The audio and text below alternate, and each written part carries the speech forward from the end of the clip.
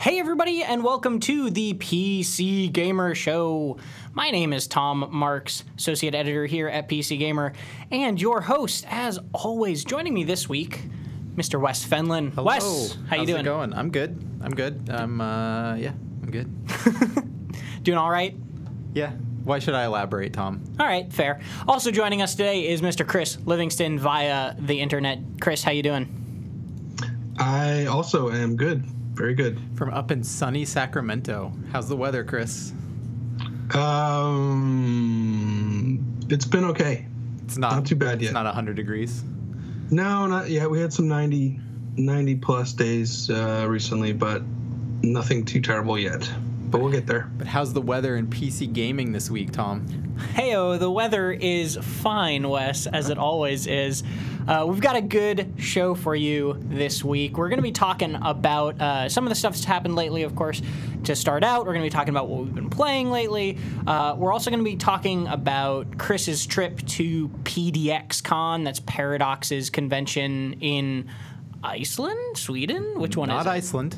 Sweden, that one. Stockholm. I apologize to every Eastern European person I just offended. Eve FanFest is where Iceland comes into play. That's what I was getting mixed up. Steven was just in Iceland, not. I did fly over Iceland and Greenland. Okay, well then I got like half points. Did you look at him on the way over?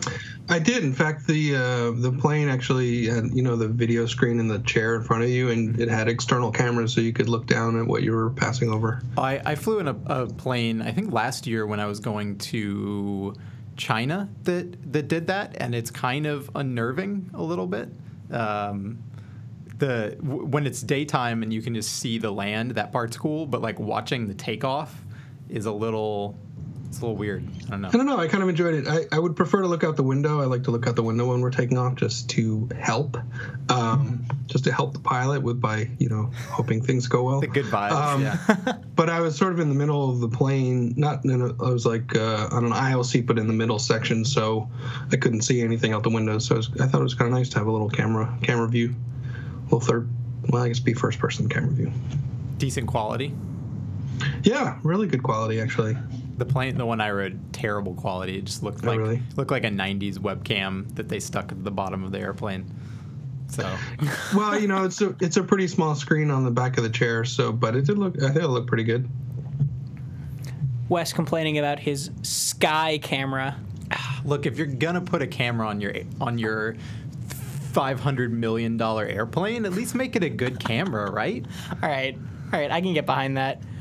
We can hear a little bit more about that later. We're also going to be talking about today just some news bits. We might as well just jump into it because if I list them, we're going to want to talk about them, so who cares? We'll also, of course, be taking your questions from Twitch chat at the end of the show, so if you do have questions for us, please wait until then. I mean, you can ask them now, but we might not get to them, and we'll definitely get to them over there.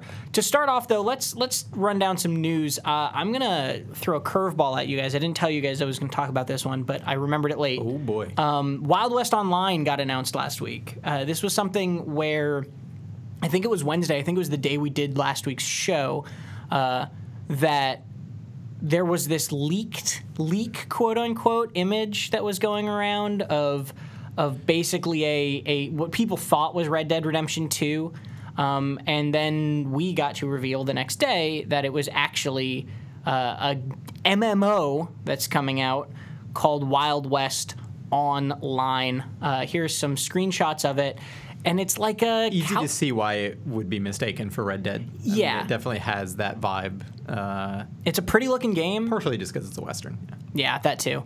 It's a pretty-looking game. It's got some cool stuff to it. I don't know entirely how to feel because we haven't seen gameplay yet. They say it's very PvP focused, but it's like, do you guys... A lot of people got excited. Are you guys excited for a Western MMO that looks this nice? The word MMO doesn't appeal to me much, but the kind of just crazy open-ended shenanigans you can get up to in GTA Online and could get up to some extent in Red Dead Redemption on consoles back in the day sounds like a perfect fit for the PC. So I think it really depends on how that MMO stuff is implemented. Yeah, I'd say, just it being a Western, I don't know, I feel like I'm drawn to any type of game that's kind of a Western. It has my interest, I think, even more than like a fantasy or sci-fi setting. I'm not sure why. I guess it just felt like for a long time there wasn't a whole lot of options for Westerns on PC. I mean, there have been, a few more lately, but just that kind of time period and setting, I think, has me interested, even though I'm not typically an MMO player. So yeah, I'm definitely curious about it. I don't think there have really been many great Western games, at least if we're talking games that kind of embrace the spirit of a Western and all the activities you would want within that setting. Like Red Dead Redemption did it, and that one is the masterpiece. But there are some other good Western shooters, like Call of Juarez. Bound in Blood was the one I played, and that was a fun game. But it is like a really arcadey kind of shooting gallery, first-person game with the barest kind of thread of a story linking the levels together, and it's you're just going to shoot 150 guys every level. And Red Dead gave you the horse riding and the gambling and just so much other stuff that really brought the whole Wild West setting to life. Real quick call out, Deej Bruce just subscribed. Thank you very, very much. It'll be interesting to learn more. I mean, the news that came out today about Wild West Online was that originally they said last week that they were going to go to Kickstarter and they were going to have all these stretch goals and the game was going to get made, but the Kickstarter would fund it. And now that's not happening. Now that's not happening, which is comforting to me. I mean, I think a lot of people were hesitant about the idea of a Kickstarter, and now they're just like, nah, we got funding. Like, I guess the reception to the game was powerful enough that whoever was funding them decided to kick in more money or something along those lines. And or someone snatched it up real quick, yeah. Yeah, something like that. I mean, I think that's cool. I look forward to learning more about this game at the very least. Let's talk about some other news, though. This is another quick bit. Harvest Moon, Light of Hope is coming to PC, which is a real mixed bag, in my opinion. And the reason this is a mixed bag, and I saw a lot of people in our Discord actually last night getting excited about this game, but the thing I cautioned was like Harvest Moon Seeds of Memories, I believe it was called, was supposed to be coming to PC. I don't know if it ever came out, period. Yeah. Maybe it did on phone. It came out on Android at least. Okay. So it came out on mobile, and like you get to play it back at E3, and it was 2 years ago now. Yeah, and it was not. So the right. Full story of this, which we've probably talked about at some point, is the company Natsume that you may know of in association with the name Harvest Moon was always the publisher of those games, and they owned the name, but they did not make the games themselves. There's another developer, a Japanese developer, that made the games, and the two of them recently, like 3 years ago or so, parted ways for after 2 decades or something like that. And so the old creators of Harvest Moon make these new games for the 3DS called Story of Seasons. And that is basically them just still making games the way they always did in that Harvest Moon series. And Natsume has taken the Harvest Moon name and made new games under that name, but it's not the same people who made the old ones. Now, when I demoed this, the last one that looked atrocious a couple years ago, the guy promoting it did tell me, like, oh yeah, we have some of the original dev crew like working on this game. So it's the fact that they have kind of just kept the IP and are making new games in that series doesn't mean they couldn't make something good or even great. But it is not like the core team that stuck with that franchise for a really long time. So don't get your hopes up too high about a new Harvest Moon on PC, expecting it to have that exact same magic that those old games did. Yeah, it's like I said, a mixed bag. I'm not sure what to expect, and we haven't seen screens or anything yet. So they definitely paid attention to that Stardew Valley money. Yeah. I can't imagine Stardew Valley's success doesn't have something to do with them kind of pushing for this. Absolutely, yeah. So we'll see how that develops. We'll get you some screens as soon as they're out there, but who knows when that will be at this point. Did you ever play a Harvest Moon game, Chris? No, I never did. From what I understand, they're going to show at E3, so probably in a few weeks we'll get a little peek at it. Well, that's cool. We'll see how that goes. Let's touch on some other news, though. A couple of these, I'm going to save one of these things for later, which is the Ubisoft stuff. We're going to talk a little bit more in depth after our Now Playing section about Ubisoft saying that Far Cry 5 and The Crew 2 and Assassin's Creed are all going to be coming out this fiscal year. So that's some news that we'll touch on later. But one of the things I wanted to talk about right now, Alan Wake is gone, man. Rest in peace, Alan. Yeah, it's very like this is a bit of a bummer thing. For those of you who didn't hear, Alan Wake, which came out 7 years ago as of like a couple days ago, 7 years ago as of the 14th, I believe it was, had music in it that was licensed music, and the licensing for that music expired, and they had to pull the game off of all of the digital marketplaces. I doubt you could even buy a physical copy anymore, but like they basically can't sell the game anymore. So for a couple days before this happened, they were selling it for like 90% off, like $3 or something like that. And now it's just not available to buy anymore. Did they specify what music in the game was? Not that I saw. So I'm curious if it's the so there's this band that I believe is a Finnish band called Poets of the Fall, who there's actually like a section in the game that has to do with their music. I don't think they go by their own name in the game, but there's a part where like their stuff is playing, and it's like this very weird sequence in that game. But I assume that they are not the band that would pull their stuff. Favis in the chat says it was the Nick Cave song. Okay, that makes more sense because he's probably a bigger deal and thus harder to license music from than a Finnish rock band. And there were some questions real quick in the chat of just like, why couldn't they just add new music? Why couldn't they swap it out? And like they conceivably could, right? Unless it was written into their contract for that music, and we don't know that.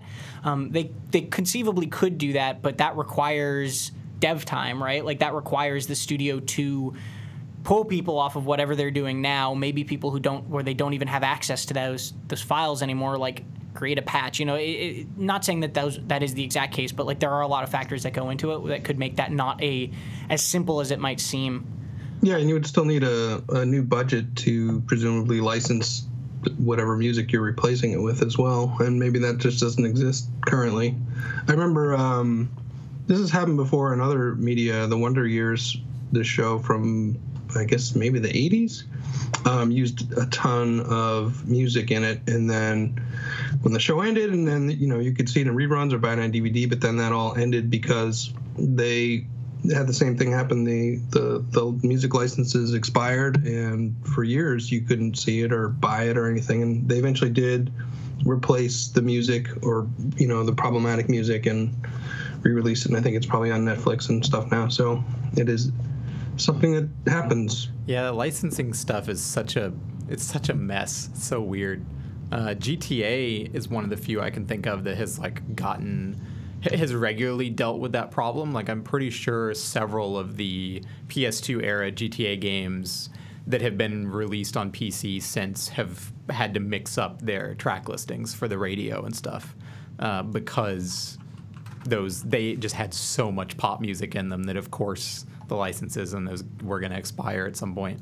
But they've seemed like very proactive in keeping those games around. So maybe the way they designed them as radio songs made it a cinch to swap out one tune for another or something.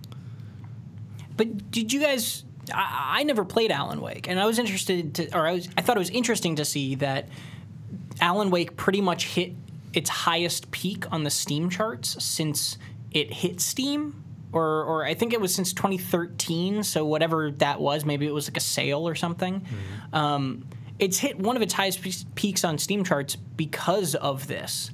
And I bought it for $3 because I was like, why not? I've never played it, and I'm interested in actually trying it now. So is it a game worth going back for? It's definitely worth $3. Yeah. Did you ever play it, Chris?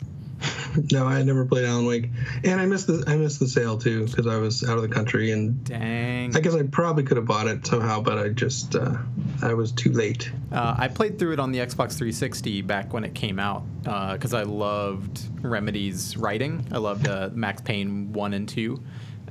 So I wanted to play Alan Wake, and I really, really enjoyed it. I'm a big Stephen King fan, and all of Alan Wake as a character is basically more or less a Stephen King knockoff who writes this it's like you recognize the Stephen King in there, but then it's really intentionally bad, overwritten, cheesy psychological horror stuff. And so throughout the whole game, you're finding pages from his novel that he was writing, or maybe one of the ones he's written. And so it's just getting these delightful little servings of Sam Lake's writing masquerading as Stephen King, the character you play. So it's a really fun game if you enjoy that style of writing, which I really enjoyed. And then all of the shooting and stuff was kind of just for me to get through to get to the next bit of story, because I enjoyed the story a lot. But the gameplay it's fine, it's serviceable, but it's nothing fancy.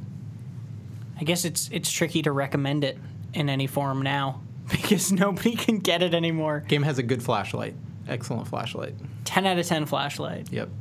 There's your recommendation. Yeah, a couple people were asking, if you have the game already, if you already bought it on Steam, when it got taken off, you still get to play it. They're not going to take that game out of your library. It's just that they can't sell it due to music licensing. I bet it'll show back up at some point. I bet they'll get some new music in there. I wouldn't count it out. Yeah, it's definitely possible. So that's most of the news beats I wanted to talk about. Let's go on to our Now Playing, because Wes, you were very teasy. Oh, yeah. So about a new game you've been hyping playing. Up this incredibly exciting game I was playing. Yeah. So over the weekend, a friend and I hooked up an old Xbox 360 to play an RPG. They were playing one of the Tales games. And unrelated to that, we ended up going through the library of what games are on this old console that hasn't been hooked up in years. And one of the games that I came across was Marble Blast Ultra, which surely someone in the chat will know the name of and appreciate, because it's an awesome, I guess puzzle game is the right word for it. You're basically navigating a marble through these 3D kind of mazes and crazy obstacle courses, trying to get the fastest time, to get to the exit without falling off the map. It's kind of like Super Monkey Ball, but better puzzles. Is it part of the Marble Madness franchise? Because I remember Marble Madness in the arcade. So I think it is very similar to Marble Madness. It's the 3D version of Marble Madness, but it's I don't think they're related. There was an older Marble Blast game. But anyway, there's a surprising amount of love for Marble Blast Ultra in the chat. Really fun game. And after seeing it on the 360, I was I think there was an old PC version of this that isn't for sale anymore.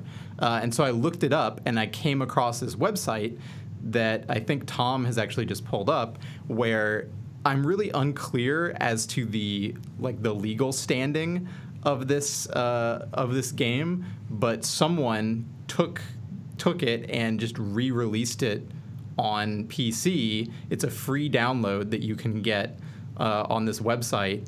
And so I downloaded it and played it for an hour and a half last night because I loved the shit out of this game and had a really good time. And you can just download it on this website for free. So I recommend you do that if you're a fan of Marble Blast Ultra. And that is what I've been playing. Over 48 different types of marbles, it says. You really only need one, but... I know, that's just it's such an interesting thing to brag about. It seemed like round would be the only type of marble, Yeah, but there's blue round and green round and brown round. Different colors, different marble skins. Maybe they could sell marble skins, like a camo marble skin. Chris, start trading them on the Steam Marketplace. Chris bringing Marble Madness Ultra or Marble Blast Ultra into the modern age right here. So in some of the levels they have they'll all have like a par time to beat, but then some of them will also have like higher difficulties to get gold or whatever, to get like the ultra ranking. And one of those levels I played, and it took me like 50 seconds or something like that to finish the level. And I then looked at the ultra time, and it was 15 seconds. And I was like, what? Hold on a second. And so I go, okay, there are 2 like time freeze pickups on the map that give you like 5 seconds of bonus time, basically. So I'm like, if I can get to those in 15 seconds, could I then make it the rest of the way up the course and finish it, before those run out? And definitely couldn't get close to them in 15 seconds. Like, there was no way to get remotely near it. It took like 30 seconds to get to them. So I pulled up a speed run of this game, because of course there's a speed run of it, and was just flabbergasted by the way the person beat it in the speed run without doing like crazy hacky stuff the way you would do in a Mario 64 or something, where you're like jumping through walls by taking advantage of physics. But they basically go up this ramp in a sequence of jumps, building speed, and then like careen off a diagonal that just sends them flying up in the air at a ridiculous angle, to then bounce off another corner and careen in the opposite direction, and then fly into the finish goal in about 14 seconds.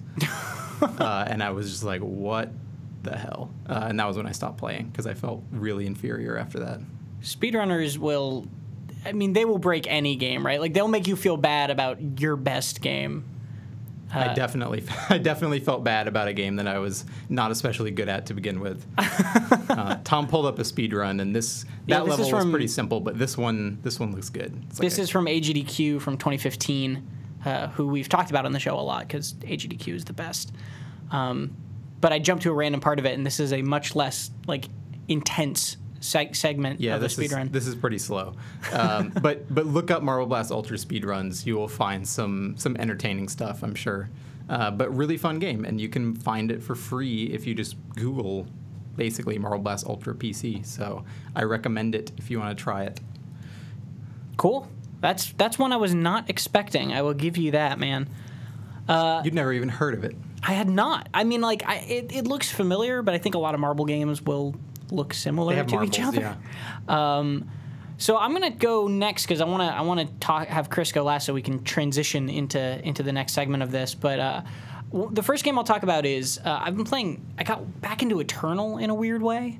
Card game? Card game, yeah. And I know that's going to turn a lot of people off, but I don't know what it was. It just like I had a craving to play it, and I started playing a lot of it this weekend, and it reminded me about 2 things. Like, I won't talk about the game specifically, but I'll say that it reminded me, or it revealed to me, like re-revealed, I guess, a couple things that I both love that Duelist and Hearthstone do and hate that Duelist and Hearthstone do. So, like, there are a lot of things like Instants that are just so nice to have back in Eternal, and I think I've mentioned that on the show before, but also the same thing, if anybody who's played Magic the Gathering knows that with, like, losing by like drawing a mana card 6 turns in a row and then just having nothing to do and then you lose the game is like the worst feeling in the world.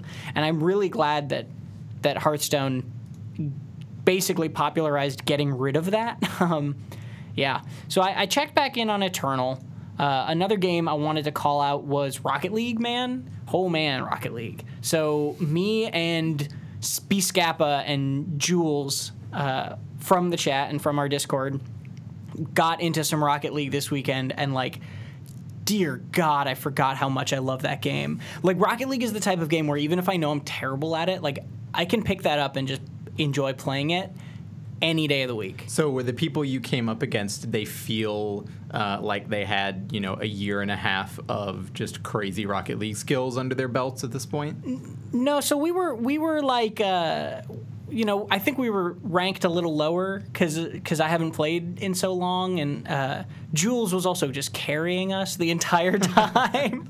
He was like he was getting like 5 goals per game, and we were just like, we hit the ball, yeah! Like, it was kind of embarrassing, but it was just tons of fun. Like, it was so like, especially playing that game with three people in a group is so cool to actually communicate. Say, you go forward, I'll stay back, you pass the ball, calling out like I've got it and stuff like that is really, it brings that game to another level. I don't think there will ever be a time where I dislike Rocket League, maybe ever in my life, like even 10, 20 years down the line. I think it helps keep it fun that the game has been so popular that it can continuously have new players kind of funneling into it, so you don't necessarily have that problem of the player pool just improving the entire time this game exists. And so if you just jump into it 2 years later and be like, I want to see what's up with this game, you're just getting murdered by even, the lowest ranked people. Yeah. So I'm glad you could just jump back into it, because I never got,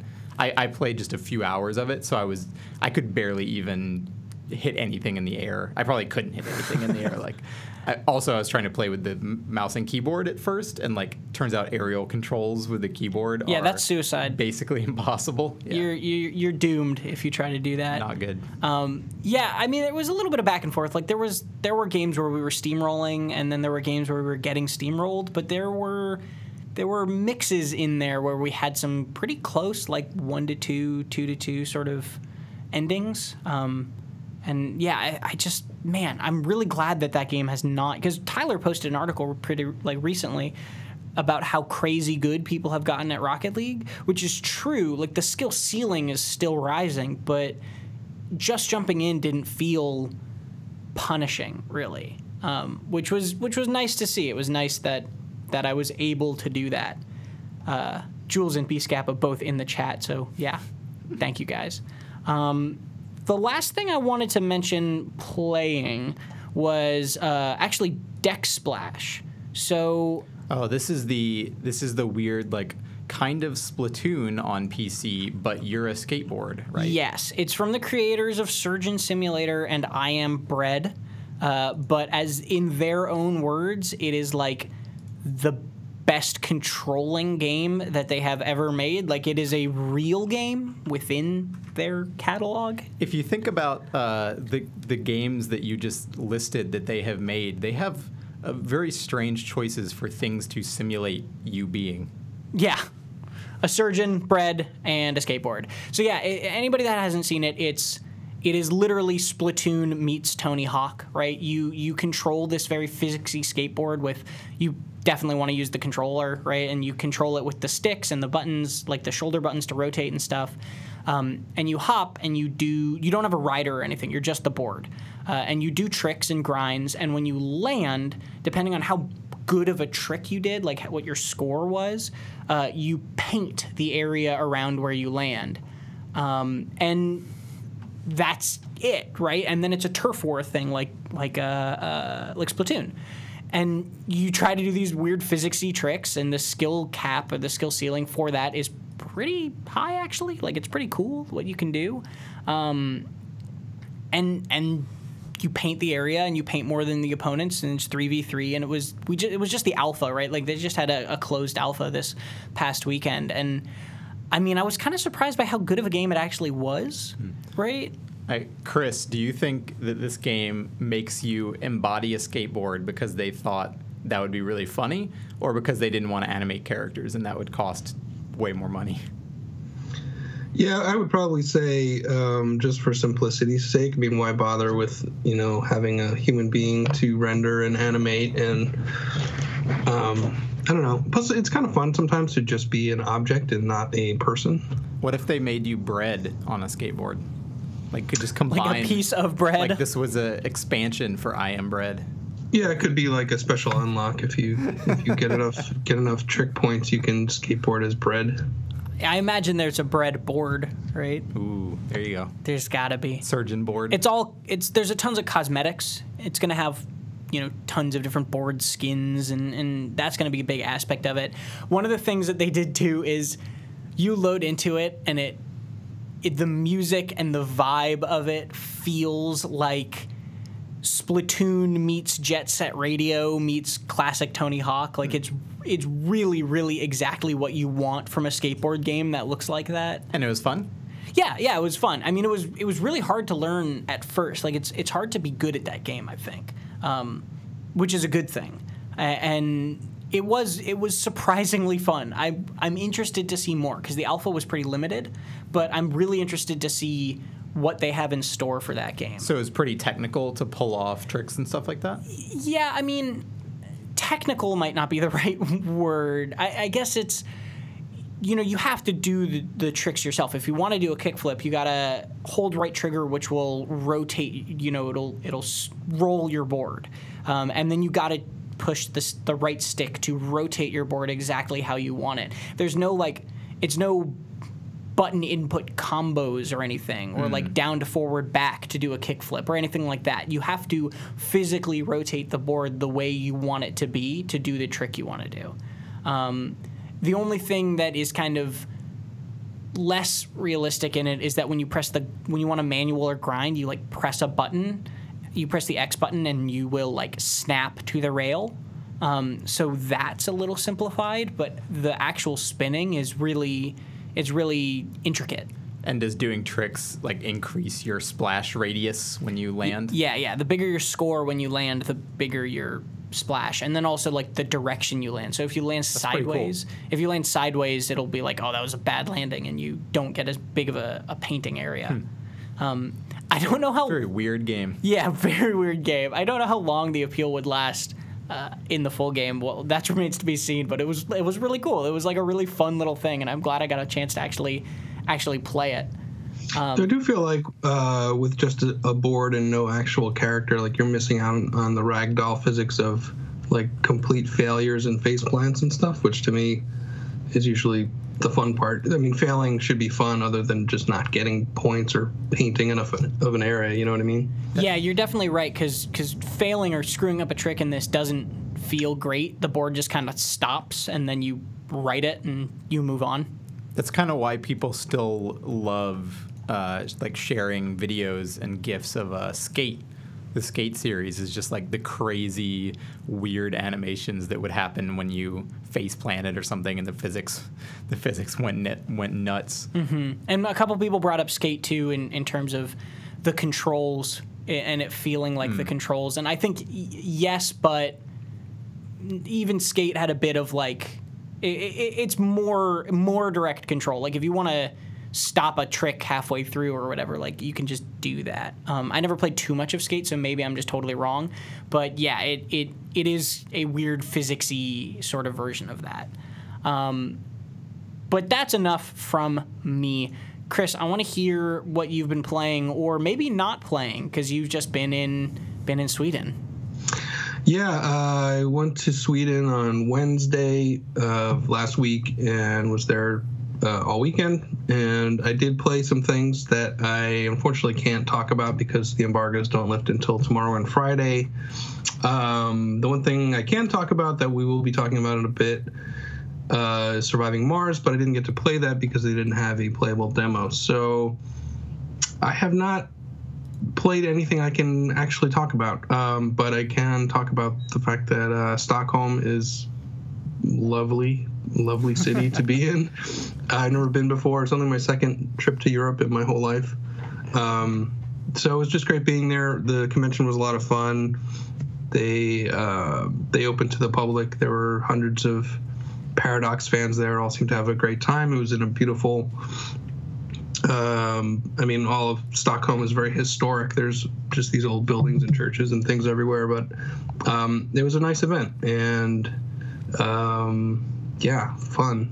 Great city. Would you say you learned anything about Paradox as a publisher, or its fan base, or any of its games in particular? I think that how much they've kind of grown in the past several years. I mean, I think when I first started playing some of their games, they were a really small kind of publisher and developer. I think maybe 30 or 40 people there. They have really grown if you really sit back and look at what they're doing, and not just developing but publishing and partnering with other developers. They're really getting pretty big, and don't really have a lot of misses. You know what I mean? I think they're making some great choices about who they're partnering with, and yeah, it's just they're really growing, they're really branching out, and you look at something like Stellaris, which was kind of a departure for them. Not entirely, it's still a strategy game like they've been doing all along, but it was kind of a big departure in other ways. I don't know. It seems like an exciting company at this point in time that's really kind of growing. I was just thinking yesterday how I read that I think there was a new Crusader Kings expansion in the works or something like that. And it made me think like, man, Crusader Kings must still be selling for them to keep, that game's what, 6 years old or something? Crusader Kings 2, I don't remember when it came out, but they've been doing DLC expansions for that game for a long time now. And I assume that the only reason they would keep doing that is because the base game keeps getting new players, and the players who are already there are still, eager to buy more expansions for it. Yeah, I mean, and I think it's kind of hard to tell like what is driving the interest. If it's that if all this additional content is keeping the game in the forefront, or if it's just the game is steadily popular, and so they think, well, why don't we just keep developing new content for it? I'm not really sure what's really driving it. I think it is a game, one of my favorite games, and their games are also very moddable, which also helps extend kind of the life expectancy of a game, especially some of the full conversions for CK2. And also, I was looking back at their sales history because a friend of mine had read something I'd written about Crusader Kings 2, and she was looking to buy it, and she was wondering if I knew if it was going to be on sale. So I look back at their sale history, and they do like a ton of sales. So that could be also too that the game there's always new content coming out. It's on sale often, so new players can kind of get an easy entry into there. So yeah. Real quick, don't want to interrupt, but La4T also subscribed. I missed that a little while back. I heard you went to like a Viking food restaurant. What was that? Evan mentioned it at one point. I mean, you gotta get some Viking food, right? Yeah, it was a Viking restaurant. I don't know how to really describe it. A bit of medieval times-ish type thing where it's your utensils are all like old-timey forks, and there's people in costume blowing horns and yelling and playing. I don't know. It was a lute. I don't know what the Viking guitar. I'll just say because I'm uninformed. Did you drink any mead? I did. I drank mead. What does mead taste like? It's beer? It's like a honey, kind of like a honey wine. I don't really know. I'm not especially sure. I mean, it's very sweet, very honey tasting, and honey-like in color. It's not what I expected from mead. I think I was expecting something more like an ale, but I don't know. It was more like wine. Not really like wine. I don't know. It's weird. It was okay. I would drink it again. Did you get like a Viking hamburger or an entire turkey leg or anything like that? I'm pretty sure I ate some reindeer. They put meat in front of me, and I just ate it because I was starving. It took a very long time for them to feed us in this Viking restaurant, so I just ate whatever was put in front of me, and I didn't recognize the taste. It was okay, and then later I think that was probably reindeer. I probably just ate reindeer. Was it a little? Was it a little gamier? It wasn't quite gamey. The texture was. I'm pretty sure I've had venison in the past, and it was a bit similar to that. I think. It was okay. This is a food and wine podcast now, by the way, guys. Sorry. Did they put like a Viking helmet on you or anything? I don't think there were any helmets. I don't think the Viking helmet is historically accurate. I don't think they actually wore those helmets with horns. The horns are not a real Viking thing, right? Yeah. I was bummed to find that out. Yeah, just another lie from the history books or pop culture or whatever invented the Viking helmets. But yeah, I don't recall seeing anything like that. I want to know where that one started now. Yeah. Like the Viking helmet common depiction. Because when I think of it, I think of the there was an old comic strip, right, with the Viking characters. Oh, right. Hagar, the yeah. Horrible. Yeah. I'm sure that wasn't the first, but that's one of the first that I think of. So, Chris, I am curious about PdxCon specifically. Like, was it a big show? I don't know whatever the other conventions you've gone to that you could compare it to, but like, it's not like a QuakeCon type of thing. Yeah. Like I went to QuakeCon a few years ago, and that's like they rent out this massive hotel, and there's stadiums full of people and auditoriums full of people. This was smaller. I think they said they sold about 600 or 700 tickets. Oh, okay. And it was in a very old building with kind of small rooms and like narrow staircases and things like that. So it was like a lot of different rooms that could maybe fit 20 or 30 people. And then there was sort of a courtyard where you could kind of hang out, and they had a couple concerts and panels and presentations out there. It really didn't feel like, I'm trying to think if I went to any other conventions besides, like GDC and QuakeCon, but didn't feel anything like that. It was more like, I don't know, it was a lot smaller. I think a lot more, you'd go into a room and there'd be maybe 20 people in there. So it wasn't like this big, massive people that you would get at like a regular type of convention, which I think was kind of nice. Were they like showing games in those rooms, or was it more just like people hanging out and talking about Paradox games? There was both. There was a lot of kind of chit chat. There were demos available. There were talks and panels and things like that. You could, just sit down and play, Hearts of Iron or something for a while if you wanted to. They had different setups. Like they streamed a couple games. So it was kind of like a mishmash of different things you could do. They had board game sections and things like that too. So, but it's a neat show. I think if you get the chance to go and you can fly to Stockholm, it seems like a nice way to spend a couple of days. Cool. Well, I want to talk about one game you saw in particular there, which you mentioned already, which is Surviving Mars. Like you said, you didn't get a chance to actually play the game yourself, but give me some background on like what it is, what we can expect from it, what your thoughts on it are. I'll pull up the trailer as well. Yeah, so we weren't even sure if they were it sounded like they weren't even sure if they were ready to announce it, even leading up to the convention, and then they weren't quite ready to let anyone play it. They do have a playable build that they kind of demonstrated for us, but we weren't allowed to actually get our own hands on it. This is from the developers of the Tropico series. They're partnering with Paradox for Surviving Mars, which is it's been described in a lot of ways: survival, sandbox, strategy, colony building game set on Mars. And so it seems a bit like, I think the easy thing to say would be like, it's City Skylines, but on Mars, but it's not quite like that.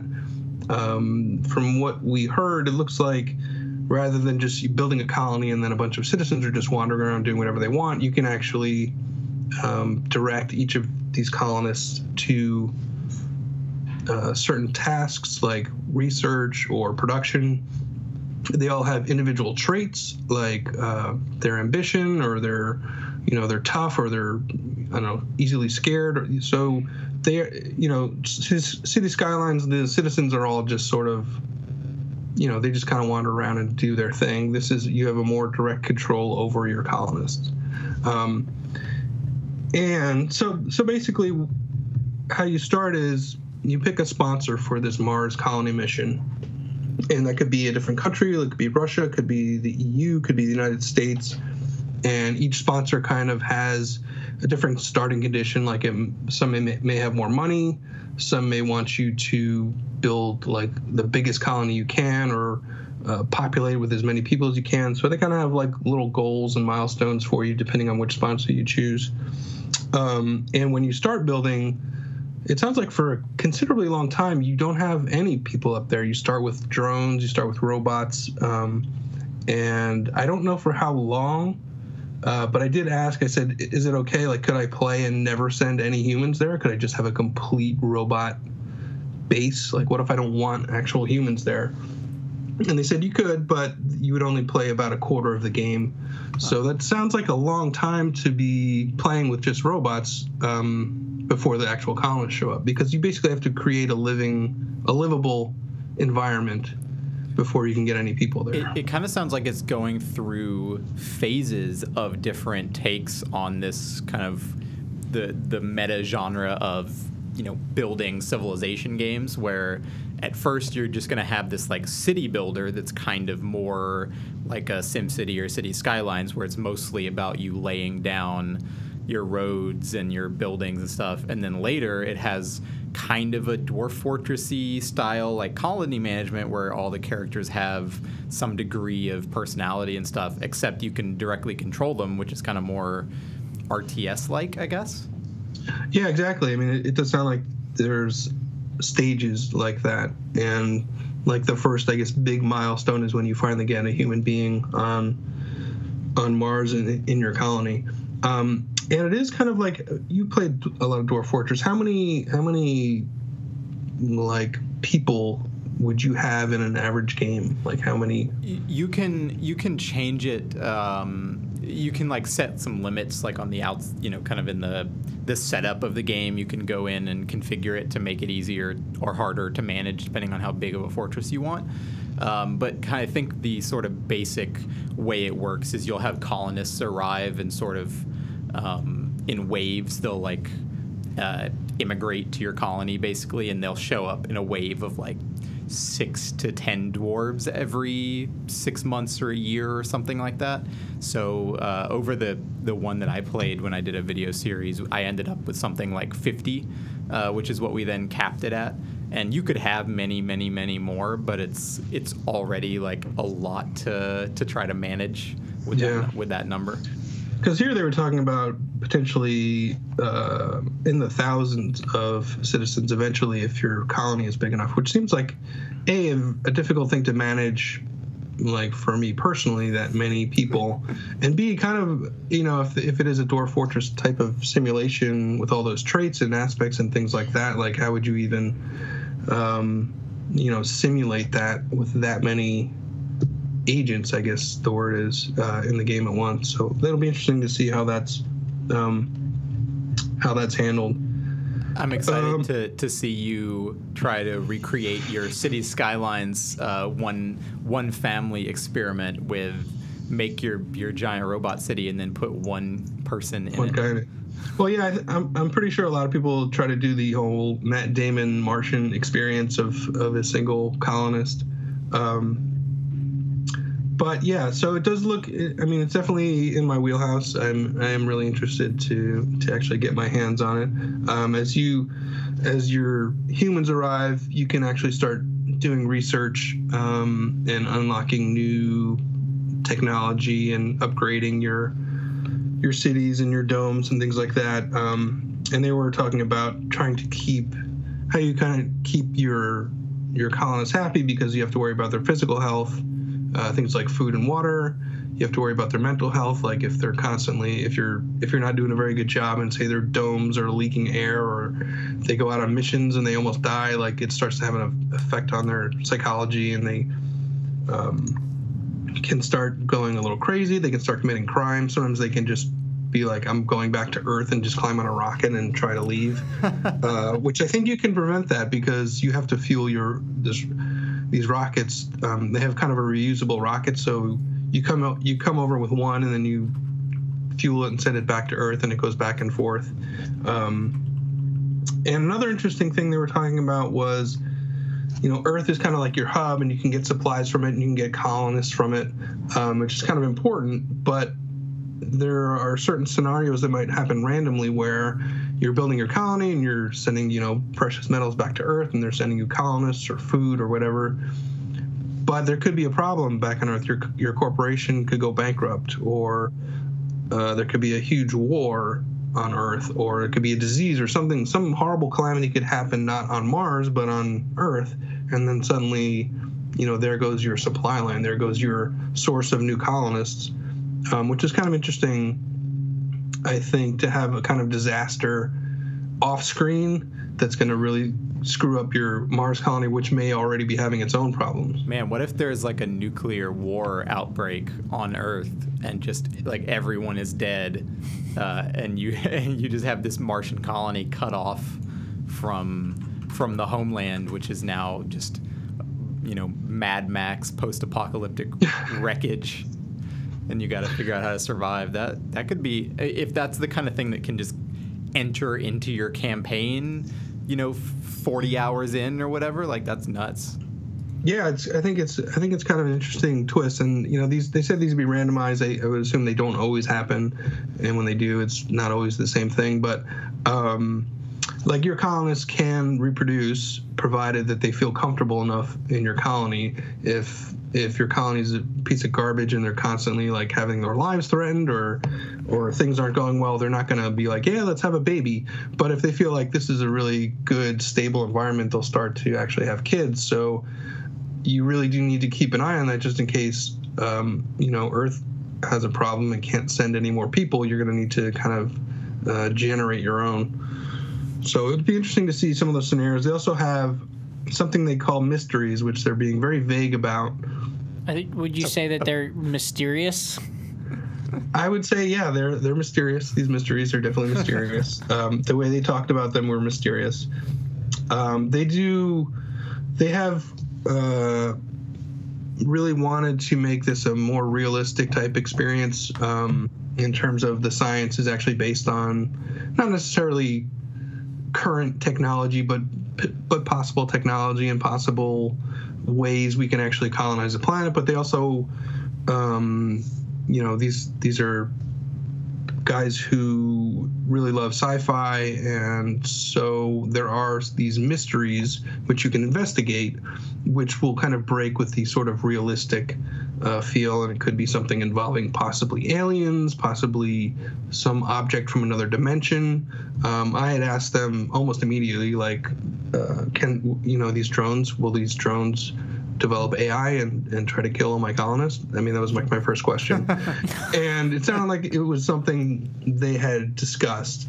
They do want to have these kind of wild scenarios possible if you want to play the game like that. And it sounds like they're optional too. They said if you're not interested in having wacky alien adventures, if you really just want to focus on making a workable colony, you don't have to investigate the mysteries, and they won't invade your game. You won't just be playing in a UFO land. You have to actively investigate to get that kind of weird sci-fi stuff. So it sounds like they're doing some more interesting things with Mars than a lot of other developers do. Maybe this is laying too thick of a blanket across the genre or the theme, but like we were just talking earlier today about how Mars can be barren and boring sometimes, and it sounds like they've recognized that and started looking at like, okay, how can we inject conflict into this that is maybe a little bit more unexpected? Like the example you gave of the Earth stuff is really interesting to me.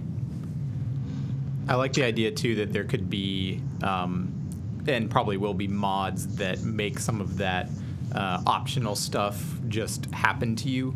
You know, like you said, in the way they're planning it, aliens aren't going to just show up and change the course of your game. You're going to have to kind of go out and like try to find these mysteries, whatever they are. But what if someone just makes a mod that's like UFO invasion, you know, is like potentially going to happen, and like that could really completely change the way that game plays through, you know, some interesting modding. Yeah, well, it feels like, I think it's kind of interesting because when you have like a city builder on Earth, everyone wants disasters. Everyone wants like meteors and volcanoes and tornadoes and things like that. Like Mars, there's already, you know, the potential for disaster at any point. You're living under a dome on a planet with no atmosphere. They're talking about dust storms that can happen that will, you know, completely coat your solar panels with dust, so you lose that power supply. And they're talking about extreme cold temperatures that might freeze your water supply or kick up your power requirements to deal with it. So Mars kind of already has these natural disasters already there. So to add, you know, an alien attack, I think maybe isn't necessary, but is still, I think, something that people will definitely want to play with. People will do fun stuff with it. They'll come up with cool ways to change, how you're playing the game. Hopefully, yeah, that's the ideal for mods anyway. And I'm hoping too to see, because they were saying they were going for like maybe a 1970s, 60s, 70s kind of art style to it, which I can kind of see. It's not. I think it could use a bit more style. Maybe it's just my personal preference, but I love, the old 60s and 70s space aesthetic because it's kind of obnoxious but wonderful. And I can see that a little bit in their art style. It is a bit that way, but I can't wait to see people kind of modding in, new skins and new models and things like that to really, because I really do want like a swinging 60s Mars colony, I think. I mean, space was a lot cooler when we didn't know anything about it, right? It's true. Yeah, it's definitely true. But before we move on to Tom's next topic, there was something you said a minute ago, brought up a little bit of news that I wanted to talk about when you made your mysteries joke. So I think last week on GOG, or maybe the week before, 2 old Sierra point-and-click adventure games got re-released, and they've had a lot of the Sierra games on GOG for a long time, but these 2, for whatever reason, had not been on there. And it's Conquests of Camelot and Conquests of the Longbow, which are, as you can probably guess, King Arthur and Robin Hood themed point-and-click adventures. The noteworthy thing about these games is that they were developed, or like the lead designer on them was a woman named Christy Marks, who you may know of as the creator of Gem and the Holograms. What? And she also wrote tons of episodes of cartoons in like the 80s and 90s. She wrote on like G.I. Joe and just like name one of those shows, and she probably wrote at least one episode of that show. And she was the designer on these games, had never designed a video game before, but took a job at Sierra and designed these 2 games. And I've never played Longbow, but we have a great crapshoot on the site written by Richard Cobbett about Longbow. But this one, okay, stay on that slide that you're on right now. This game was like one of the first games I played as a kid with my dad. And it's brutally difficult, as all Sierra games are. There are all kinds of ways to fail. If you do not pray at the beginning of the game to your god, the gate of Camelot will fall on you as you leave the castle and kill you at the beginning of the game. Ouch, man. Yeah. So I got to this part in the game with my dad where you get to these riddle stones, and they ask you a bunch of puzzles, and I don't know how many there were in the game, but I remember getting stuck and like either reloading or having a new file or something and getting there, and there were different puzzles. And we were playing this at a time when you couldn't look these things up on the internet. And so we were stuck at this place for months. I think this is like right before you find the Lady of the Lake. You have to solve these 5 riddle stones. And one of the riddles was, I don't remember the exact phrasing, but we were stuck on it for like 3 or 4 months. And the question was something like, I am this kind of mystery and all this stuff. I wish I could remember the exact phrasing, but we could not figure it out. And one day, one of my uncles is up visiting, and he's like a really just scholarly guy, like knows his history extremely well, always really good too at games and word puzzles and logic puzzles and that kind of stuff. So we're like, oh, can you help us try to solve this puzzle? We can't figure it out. And so he sits down at the computer and reads this text for a minute and kind of just sits there and looks at it and then types in the word riddle and hits enter. And that was the solution to the puzzle. And just like shattered your world right then and there. I will never forget that moment. He typed, that was his first guess. All he needed to type in was the word riddle. And that was the solution to that puzzle. And I feel like now I'm mad that was the solution. At the time, I don't remember exactly if I was mad or just had my mind blown or I was ecstatic to get past that thing we were stuck on forever. But really, really hard game. I think I got stuck over and over again after that. And at some point, I did finish the game only by looking up a guide on like nascent game facts or whatever it was back then. But I loved that game, and you can now play it on GOG for $6. So I recommend it if you like Sierra's old point-and-click adventures that kill you every 5 minutes. That's rough, man. Good game. Yeah. Kind of. I mean, if anybody has an answer to the riddle that we put up there, though, I am curious. This riddle was, wait, let me read it again so the podcast listeners. Lapis lazuli or something? Yeah. So the riddle that was on this GOG page, I'm really curious if anybody has the answer to this, is I'm seen in the water if seen in the sky. I am in the rainbow, a jay's feather, and lapis lazuli. What am I? Is it blue? Yeah, that's probably it. But jay's feather. Oh, blue jay. Right. Oh, yeah. Okay. Done. Fine, man. Smarter than I was at 6 years old. That was quick. Bam. I was sitting there like, what? Isn't it jay's feather? Yeah, so, I'll shut up. They get harder. Fine, Wes. Just, solve it immediately. See, now I just feel dumb. Now we're moving on, because I just feel like a complete idiot right now. I thought lapis lazuli was... somebody says it's a flower. I thought it was like a rock, or is that only in Minecraft? I think it's a gem. Okay. I mean, it is in Steven Universe. Have you ever watched that show? I have. It's a blue rock. Okay, good. One of the See, characters. I got one thing right. Moving on. But the next you didn't know it was blue. Everyone shut up. I hate you, Wes. Get off the show. No, let's move on. I want to talk about some news that we mentioned earlier, which is Ubisoft's new games. They had it was like a sales call, right? Ubisoft. And it was basically revealed, not that this isn't a huge reveal, I guess, but basically it was shown or said that Far Cry 5, or whatever its name is going to be, the next Far Cry, The Crew 2, and Assassin's Creed, whatever it is, we've been heard it's called Assassin's Creed Origins. We talked about how it was going to be in Egypt, but all of those games are planned for this year. Is the news out of that? And instead of just talking about that as news, I wanted to talk to you guys about Far Cry 5 and The Crew 2 specifically, because those are the two that are a little bit more unexpected. We talked about Assassin's Creed a little bit already on the show. I guess to start, The Crew 2 is coming, which we did not know, and at least personally, I did not expect at all. I think when I first heard that news, I was like, I didn't realize there was so much brand loyalty to The Crew of as a title. Well, there aren't that many racing games, I guess, that come out every year. It's not a really crowded market. Yeah, I guess that's true. The Need for Speed game didn't do great either, right? People were a little bit like, all right, cool, and moved on from that. Well, Forza Horizon did really...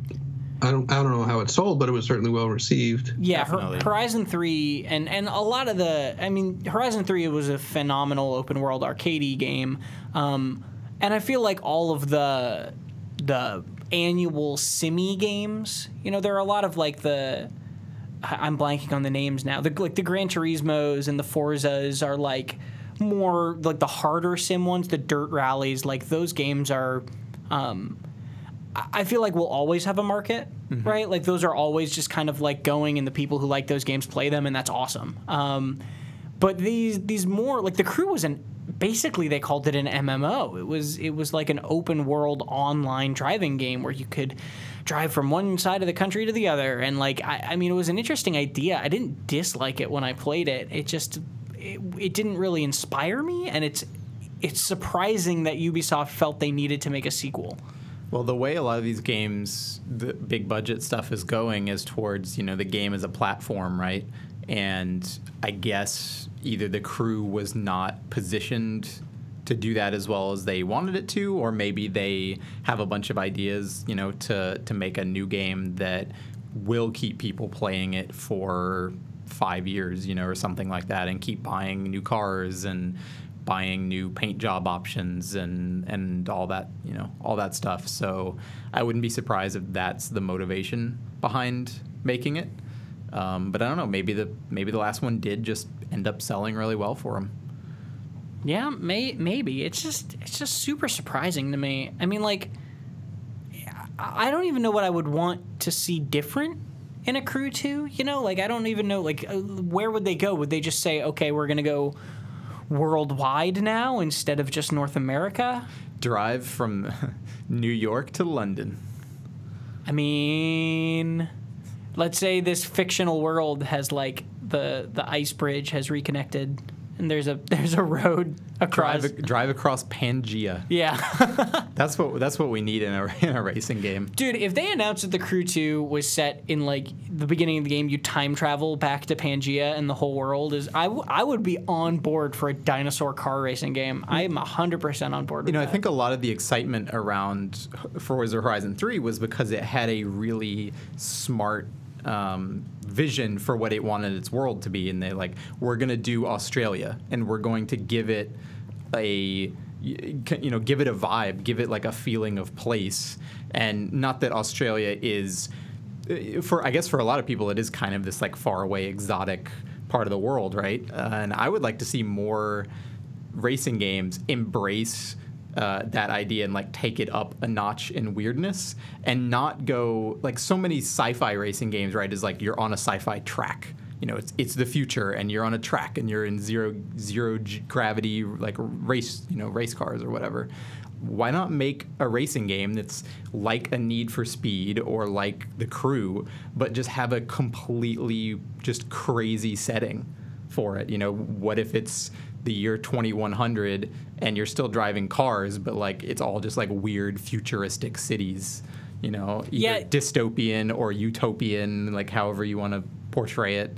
Driving games don't usually, like, driving is their genre, right? Like, you don't ever have like a setting or a theme put onto a driving game. Very often, the most you get is like it's drift culture. Right.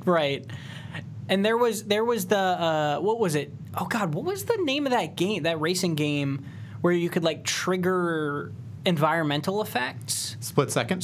Thank you. Split Second had, it was still just driving, but I think in a similar way to what you were talking about with Forza, is it had a very distinct voice. It was very much like this is an action movie in a car game, right? Like it had an attitude and a sense of style to it that I appreciated. Why not set your racing, like make Need for Speed, but set it on an alien planet? Like, why the hell not? Colin80 says you're describing his dream speed racer game. That would be great. Why did someone just make a really good speed racer game? Come on. So there's this movie called Redline that's an animated. It's an anime. I'm gonna bring some anime up in here. Movie from like maybe 2012, something like that. That is like apparently all hand animated. Took like 5 years to make or something, and it's. The plot of the movie is basically like Speed Racer, or what was the old like Duck Dodgers or something? No, Duck Dodgers was Daffy Duck is a space cop, right? But there was an old series of like Space Race. Looney Tunes or something like that. Like it's basically the anime version of that, where there's like an interstellar race every year on some random planet, and they just drop a bunch of crazy racers. Like one of the racers is a car, like he's a machine man, and there's like weird alien people and humans, and they're all just like trying to kill each other while they're racing at the same time. And the animation is just like amazing, and the setting is crazy absurd and like gorgeous, and there's no reason you couldn't do a super cool racing game that has that degree of personality, except for I guess it's harder, it's more work than like let's set it in fictional New York. Probably can't make as much money either, because I bet I want to. Like, that's one of the things I'd love to know a behind-the-scenes look at, is, like, how much money did Forza Horizon 3 make or lose, depending, licensing cars, right? Fuck it, put a Ford Taurus on Mars. Like, who cares? Why not just have real cars on this absurd alien world? Like, who would that bother? Who would be upset by that? Yeah, that's fair. I'm with you there. I'm with you. Let's talk about the other one of these, the other side of this coin, though, before we open it up to the Twitch chat, which is Far Cry 5. This was a game that I wasn't I also wasn't expecting them to be making at least so soon, I guess. I guess the main thing to me, and I'd love to hear your guys' thoughts on this, is I'm surprised to see Far Cry becoming a more annualized series. Because I felt like pre-4 it wasn't very frequent. And now 4 and then Primal and then this is happening pretty quick in a row. I don't know. I think it was every 2 years, I think. I think it was 2 years between 3 and 4. And then maybe it was only a year until Primal, because Primal just popped out like really quickly. Well, there was also Blood Dragon. That's true. So that kind of was the one after 3, you know. I think it has increased, but not that much, really. So yeah, it was, to clarify, it was Far Cry 1 was 2004, and then there was like Far Cry Instincts, Far Cry Vengeance. Those are like console games. Those are also, like, the original Far Cry was a Crytek game. Yeah. And then it was Ubisoft after that. So Far Cry 1 in 2004, then Far Cry 2 in 2008, 4 years later. Far Cry 3, 4 years after that. And then Far Cry 4 was in 2014, and Primal was in 2016. And now we're getting 5 in 2017. So it's definitely speeding up, or has sped up in the last 2 to 4 years. I don't know. I never really expected it out of this series. I don't know if I really want it. Like, what would you guys want from a Far Cry 5 now?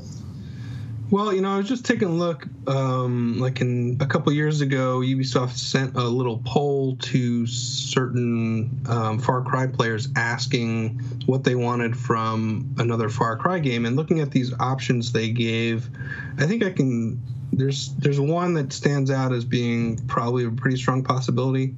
They asked if you wanted one in Alaska about surviving extreme wilderness, futuristic sci-fi setting on another planet, Vietnam War during the 1960s, cocaine trafficking in the jungles of Peru, which I think we probably got in Ghost Recon, so that's probably not going to be one. A game where you can fight against or join vampires, that's a joke entry.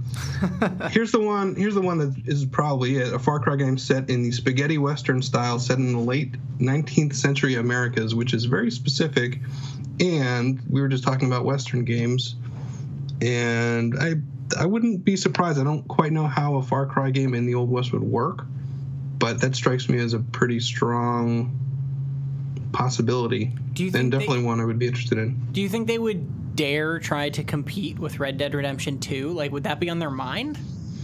Well, when was Red Dead 2 announced? I guess that's, yeah. Because they probably have been working on Far Cry 5 for at least, I would say, a year or two, probably too quick to reverse course. Plus, I don't know, I don't think you need to necessarily compete with another Western. It could be a case where one actually promotes the other, right? If people if people are looking for Westerns. Yeah. And also, we still don't really know if the new Red Dead's coming to PC, and we know Far Cry games will definitely come to PC. Yeah. Yeah, I guess that's fair. I mean, it's just always the question I have in when the industry lines up like that, because it happens in movies too, right? Of, you know, a couple studios or a couple developers will be releasing very similar movies or very similar games and just happen to come out right at the same time. Am I the only one who would be totally down for the vampire Far Cry? You're just like John Constantine or Buffy or something. You're flying around with a wingsuit anyway. You might as well be a vampire flying around like a bat, I guess. Well, I don't want to be the vampire. I want you to be you want like, to fight vampires. Yeah, it's like you're in modern day society somewhere, and just 30% of people are vampires, and you're the vampire hunter. You're trying to cleanse the populace. I'd be down with that. My only thing about if it could be a Western is, like, I don't know how Primal did. I mean, do people really want to step back in time? You lose so many, like, cool guns and explosions, and, I mean, you're not going to be flying a hang glider around in the Old West. They had dynamite, though. It's true, they had dynamite. I mean, the first Red Dead proved pretty well that you could still have lots of interesting weaponry in the West, right? Because that game had pretty varied and complex guns to it, at least to an extent that would be a welcoming step forward from what Primal had. Yeah.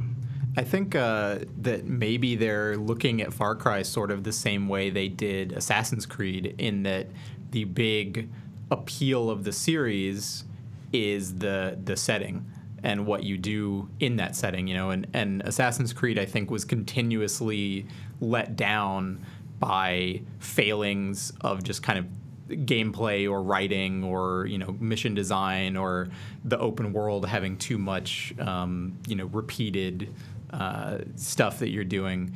But I don't think anybody was like, oh, I hate that I'm in, you know, 18th century France now, or like, this industrial revolution London just sucks. Like, I'm sure there were some people who didn't like, you know, one setting every once in a while, but I think that was the big appeal of that thing, was like this big budget simulation of a period in time that we never see in video games. And they can do the same thing with Far Cry, and I think it has potential to stay more engaging because Far Cry is so much more simulation driven, that you have more opportunity for like crazy AI sandbox stuff to happen that just does not happen in Assassin's Creed games. So I hope that's the case. But if they're coming out every year, you know, burnout happens eventually no matter what. Yeah, I hope that they take a break after this one for more than 2 years. I think that the Far Cry games, like, I think it showed, right, that they essentially reused a map layout in Far Cry Primal. Whether that was an intentional design decision or not, who knows? But I mean, I don't think you accidentally reuse your whole map. Right. I meant like whether it was like some designers going, this will be a cheeky reference, or if it was them being like, let's save time, is still up in the air. But yeah, I don't know. We'll see. I hope that they lean into some of the weirder topics that you just listed. And they also did list one about a present day Jurassic Park island full of dinosaurs. I'd be okay with that too. They do like the crazy animal thing pretty enjoyably in the Far Cry series, at least 3 and 4, where, you know, you could let loose a crazy tiger on an outpost, which is always kind of enjoyable to witness. All right, I have so why not set a T-Rex loose on an outpost? It'd be a pretty easy way to capture that. You got me there, yeah. I have one question to ask you guys, but let's open it up to our Twitch chat Q&A. If you guys have any questions for us, please tag us with @PCGamer in the Twitch chat. Ask them, and we shall respond. If you're a sub, we shall try to get to you first, because we appreciate you so much. But while those are coming in, how long until a Westworld type game comes out, right? Like, it's got to happen soon, where Red Dead Redemption is in the air, Westworld is in the air. When do we get sci-fi Western, right? Like, when is that going to happen? Cowboys and Aliens style? Yeah. I loved that movie. Everyone hated that movie. I loved it. I don't know if you need a Westworld game, because Westworld is already kind of a game. You're the human among a bunch of NPCs that are automated. That's why it would be perfect for a game. Yeah, but they're already like that. Like, you already experienced that in every game. You're walking around among robots, essentially. Right? Yeah, that's the point. But games are already I mean, yeah, I could totally see a Westworld game. I'm just saying, what this I'm saying has is been pitched Westworld is already a game in a way. Some executive has already pitched this idea to someone, is what I'm saying, and I think it's only a matter of time before it happens. It'll be a Telltale, I bet. I bet Telltale will get it. You're probably right. Oh my god. Let's grab a couple questions though. Buttface Jones asks, "Loved the shotgun retrospective today. That was all Wes. Thank you again." My question is, who had to become John Romero's? It's censored. I'm guessing bitch in order to get the Daikatana footage for the article. That was me last night. So I basically wrote that whole article yesterday. Was working on it all day, and I wanted to get it up early. So then last night I was like, okay, I'm going to get together all of the clips. I guess I should say what I'm talking about if you aren't aware. I wrote an ode to the shotgun that's on the site currently that is mostly just about how shotguns in PC games are really cool. But I talked to John Romero and got some history on the design of the original Doom shotgun as well as the Super Shotgun in Doom 2. And then I talked to several other developers about what they think makes a great shotgun, how you design and tweak balance, stuff like that. Talked to them about some of their favorites and whatnot. And then just listed a bunch of shotguns from various games that we talked about, like the flat cannon and the shotgun from Fear and stuff like that. So anyway, one of them is the Shot Cycler 6 from Daikatana, which I don't think anyone would list as one of gaming's great shotguns or anything. But I talked to John Romero a little bit about the design of it. And it's a weird shotgun because it fires its entire clip of 6 shots, one after the other. So you just pull the trigger once and it shoots 6 times. And I asked him, like, why did you choose to make a shotgun like this? This seems strange. Why not just, let you fire off each shell individually? And he said, well, in Daikatana, we had designed this rocket launcher that fires 2 rockets. And you could use it to rocket jump if you wanted to, but you basically needed to have full health and full armor because it would hurt you a lot. It would do you a lot of damage because there were 2 rockets.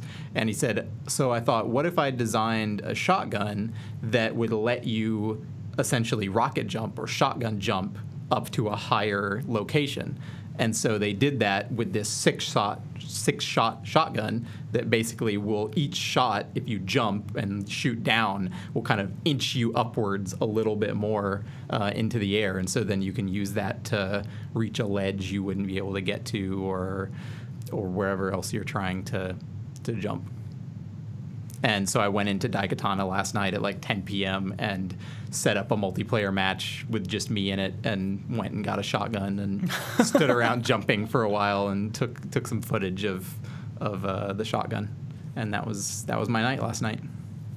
That's kind of amazing. Glamorous. You didn't mention that in Now Playing. I did not. Wasn't playing it for too long. It was pretty quick. All right, let's grab a few questions. Let's see.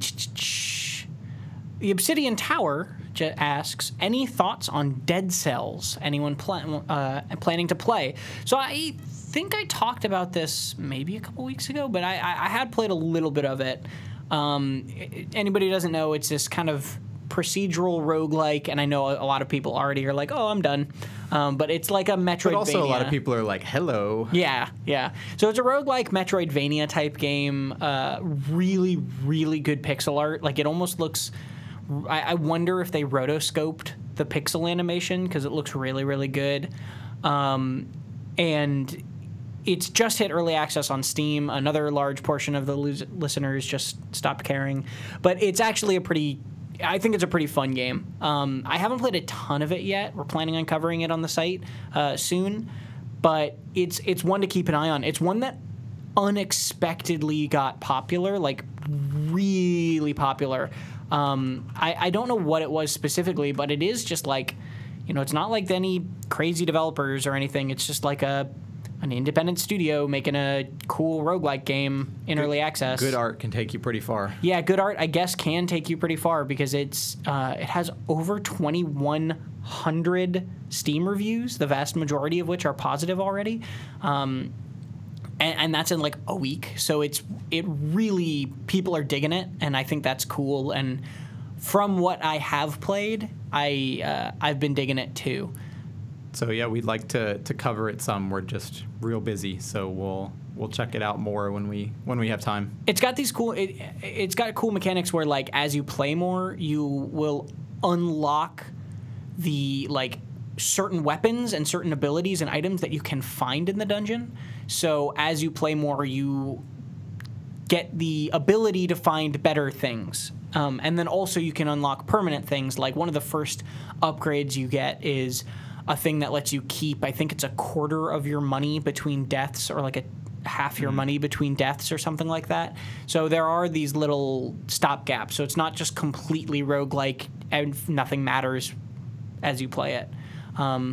It's a Roguevania. Hey, yeah, it is. So that's it was a good question, and it's a game we're keeping an eye on for sure. That was Dead Cells for anybody who missed it before. All right, let's take some more questions. Chris86 asks, will you check out Phantom Dust? I actually don't know that game. Phantom Dust, Microsoft just re-released yesterday for free on PC and Xbox One, and it was originally a Xbox One game. Xbox One, not the other Xbox One. The first Xbox? The first Xbox. The original? Yes. This is exactly why they shouldn't have named it that. This moment right now. Let me fucking tell you about Doom, which I've been trying to look up videos and GIFs of the past week while I've been researching shotgun stuff. It's really hard to find things pertaining to 1993 Doom because 2016 Doom has just consumed all of the Google rankings for it. Very, very annoying. Something else difficult to Google for. I guess a couple weeks ago, I wrote a piece on PCs in PC games. Yeah, that's a tough one to get a list of games that have PCs in them using any of those terms. I would say impossible. PCs and PCs. You have to Google PCs and PCs. Yeah, it doesn't matter what you Google. It won't tell you anything. But on Phantom Dust, we'll take a look at it for sure. It's on our. It might not be on my radar, but it's on Wes's radar. It was cool of them to put it out for free. Yeah. I don't quite know what spurred that decision instead of selling it, but nice Microsoft. Yeah, that's always cool. Eid Spiny just subscribed. Thank you very much for that. Let's take some more questions. Deej Bruce asks, the Steam sale is coming up. Anything I should keep an eye out for? That's a good question. I mean, like, it's a very personal question, right? Like, if it depends a lot on your own tastes. I would say, I mean, I'm trying to think of any kind of semi-recent games that you might be able to get cheaper. I think if you see Nier at a discount and you don't already have it, that one might. It's a good shout. That one seems like it might go on sale quickly and is good. 2016 Doom would be a good one to grab if you don't own that. Dungeon of the Endless is one of my favorite games that I always recommend to people, especially if you want a good, like, long co-op session with a buddy, online co-op, doing some, like, weird hybrid tower defense dungeon crawler. It's really fun. I don't know. There's a lot of good games on Steam these days. Several thousand of them, in fact. Yeah, I mean, like, that's the thing is there are gonna be games that you're gonna want on the Steam sale no matter what. Usually when the sales happen, we try to call out some of our favorites, some of the ones we recommend. So hopefully we'll have time to do that when the summer sale hits. Yeah. All right, let's take some more. I think we have time for like one or two more. Mildos asks, what game do you want to see coming out of E3 the most? That's a hard question, man, because there's going to be a ton. I know about, was it 2 weeks ago? 2 weeks ago, James and you guys did a kind of E3 predictions thing on the show. So if you didn't see that episode, they've talked a bit more about what they want to see out of E3. You can see that at youtube.com/PCGamer. I think in terms of stuff we know, we mentioned it earlier, I'm curious just to see what the Harvest Moon game is, you know? Like, I wouldn't necessarily say I'm hyped on seeing that. I just, like, want to know more about it. There's a lot of things like that I am not remembering immediately that I just, like, want to know more about. And then it's hard to predict, right, any of the other things. There's a non-PC game I want to see more about, which is the God of War reboot. I'd like to see more about that game, but unfortunately, we're not going to get a chance to play that. I want to see Cyberpunk, but I don't think it's. I mean, they've basically said this is the year of Gwent, and Cyberpunk comes after, so probably not going to be at E3, but I want to see that game. And I think Bethesda had a little map of their E3 stuff with 2 locations that were not identified, so it sounds like they will be announcing a couple things, and I'm always curious to see what they might have coming next. I think Wolfenstein is a safe bet for this year, and I am excited to see that because the New Order was real good. That's interesting that their map will deceive them that way, right? Like, they have...